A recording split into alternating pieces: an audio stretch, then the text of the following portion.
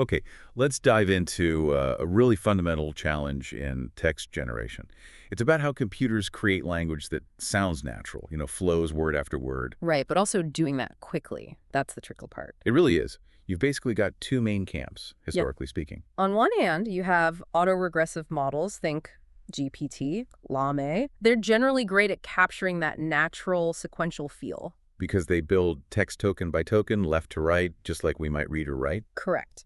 But that step-by-step process, it can make generating the text, the decoding part, kind of slow. And the other approach tried to fix that speed issue, right? Hmm. The non-autoregressive or NAR models. Yeah, they aimed for speed by generating lots of tokens in parallel, all at once. Faster decoding, definitely. But the downside, Well, often the quality wasn't quite there. That strong connection, the dependency between words in a sentence could get a bit lost. okay, so speed versus quality.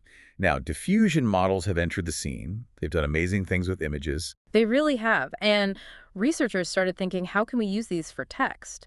But many of the early text diffusion models sort of followed the NAR path. meaning they generated tokens concurrently, Yes, which gave them potential speed, but sometimes brought back that old problem, weaker links between the tokens, potentially hurting the text's coherence. which brings us to the focus of this deep dive, a paper introducing a new angle called AR-Diffusion.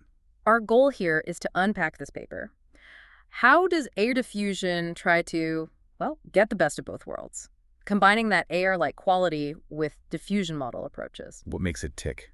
And importantly, what did their research find about how well it actually performs? So the paper starts by emphasizing something key about language. Yep. It generally flows left to right. There's an order. An inherent structure. Right. And they point out that existing text diffusion models, like one called Diffusion LM, often treat all the positions in a sentence the same way during the generation process. The same level of processing or denoising applied everywhere at once. Kind of, yeah. They don't inherently prioritize that left to right flow in the same way an AR model does. In AR models, the words on the left are essentially locked in before the words on the right are finalized. That step-by-step finalization naturally builds the dependency. Earlier words influence later ones. Precisely. So AR diffusion introduces something they call multi-level diffusion to mimic this within the diffusion framework. Okay, how does that work? Multi-level diffusion. Instead of one uniform process for all tokens as they go from noise to actual text, it uses a dynamic number of steps. And crucially, this depends on the token's position. Ah, so position matters now. Very much so. They designed it so tokens earlier in the sentence on the left have a higher dynamic movement speed, as they put it. They progress through the denoising faster. Faster for the earlier tokens, slower for the later ones. That's the core idea. Tokens at the beginning finish their denoising journey sooner. They become resolved earlier. And once they're resolved, they can influence the tokens that come after them, the ones still being denoised. That's the mechanism. It builds that sequential dependency into the diffusion process. They mentioned using a linear function based on an anchor point to control this speed difference. Interesting. But diffusion models, they can take a lot of steps traditionally, right? Thousands sometimes. How does AR diffusion get around that for speed? Multi-level diffusion sounds like it helps quality, but maybe not raw speed. Good point. The multi-level part is key for quality and structure, but yeah, you still need to tackle the sheer number of steps common in diffusion. So what's the solution there? They use a skipping mechanism during inference. That's the text generation phase. Skipping, so not doing every single tiny step. Right. Instead of meticulously going from the initial random noise all the way to the final clean text through thousands of steps, it takes much larger leaps. Jumping across the path, essentially. Kind of like that. In each big inference step, a token moves from its current noisy state to one much further along the path towards being clean text. And the multi-level diffusion helps make this skipping work. It seems to. Because the tokens on the left are already more processed, more known, it helps stabilize the process when you take these big jumps, especially for the tokens further down the line.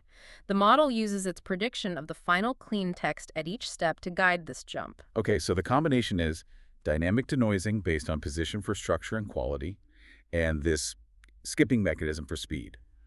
Let's talk performance.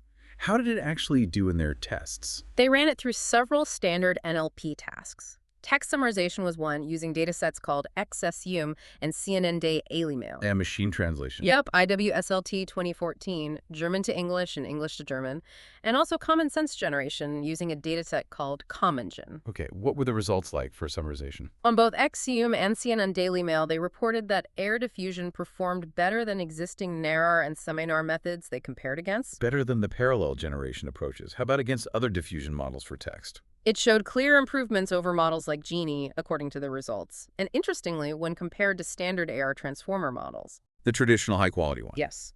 AR-Diffusion was generally comparable, sometimes even better, particularly if they generated multiple possible outputs and then picked the best one based on some scoring. Okay, multiple candidates help. What about translation? Similar story. Pretty similar. On those IWSLT14 tasks, again, it reportedly surpassed NAR models and showed significant gains over other diffusion approaches like Genie and Diffusion LM. And compared to the AR transformer baseline in translation. Comparable or slightly better, again, especially with that technique of generating multiple candidates and selecting the best. They also noted it was competitive with another model, denoiser, and stronger when using the candidate selection method. And the last one, common sense generation on CommonGen. There, they reported superior performance for AR-Diffusion across all the metrics they looked at, compared to the AR, NAR, and other diffusion methods included in their comparison tables. So the performance seems consistently strong relative to the benchmarks they chose. Now, what about the speed? That skipping mechanism sounded promising. Did they quantify the efficiency gains? They did, and the numbers they reported are quite dramatic compared to the other diffusion language models they tested against. They used a metric called number of function evaluations, basically counting the computational work. Okay, so fewer evaluations means faster, less work. Right. On machine translation, for instance, they found AR-Diffusion got similar results to another diffusion model, sec, but apparently needed only about 1% of the function evaluations. Wait, 1%. So potentially around 100 times faster in terms of computation for similar results? That's what the paper suggests for that comparison, yes. And it got maybe even more striking when they pushed the skipping really hard. How so? They tried running it on XSUM using only 2 or 3 big inference steps in total. Just 2 or 3 jumps from noise to text. Yeah. They compared this to Genie. With only 2 steps, Genie's performance apparently dropped quite a bit. But AR-Diffusion's performance decrease was much smaller. So let me see if I follow. AR-Diffusion, using maybe just 2 or 3 steps, could get results comparable to Genie using its standard, say, 2,000 steps. That's the implication of their findings. It suggests that AR-Diffusion's setup, the multi-level aspect combined with their skipping method, is quite robust. They claim speed-ups potentially reaching up to 600 times compared to Genie on XSUM, while keeping results in the same ballpark as Genie's 2,000-step performance. Those are some big numbers on efficiency. Did they look into anything else, like the variety of the text it generates? They did. Diffusion models often generate diverse outputs. They used a metric called self-BLEU. Lower score means more diversity. Wow. AR-Diffusion showed significantly higher diversity, so lower self-BLEU scores, compared to typical sampling methods used with standard AR models like BART. Its diversity level was reported as similar to Genie, but AR-Diffusion generally had better quality scores alongside that diversity. So diverse, but still high quality. Yeah. Did they also try to isolate the effects of their main ideas? The multi-level diffusion and the skipping, like ablation studies? Yes, they performed those. They basically removed one piece at a time to see what happened. What did that show? It confirmed that both parts, the token-level dynamic diffusion based on position and the skipping mechanism, were pretty crucial for getting both the performance and the efficiency. Taking out the dynamic diffusion hurt performance, especially when using very few inference steps. Makes sense. They also compared their specific skipping approach to another known method, DDIM skipping. The results indicated their method worked better, maintaining performance more effectively across different numbers of inference steps, even when they tried applying it to the Genie model. They also had a visualization in the paper, didn't they? Showing the text forming. Ah, yes, that visual was quite illustrative. It showed exactly what they described. You could see the words on the left becoming clearer, more defined earlier in the process than the words further to the right. It really demonstrated that dynamic speed principle in action. A nice visual confirmation. Yeah. They also mentioned tweaking things like the number of candidates generated, right? They found that generating more candidates and selecting the best generally improved performance, though likely with diminishing returns after a point. And the specific setting for that anchor point in the linear function determining token speed also had an impact on the final quality. Okay, let's try to wrap this up then. What are the core takeaways about AR diffusion from this paper? Well, I think the main thing is it introduces a genuinely novel way to use diffusion for text.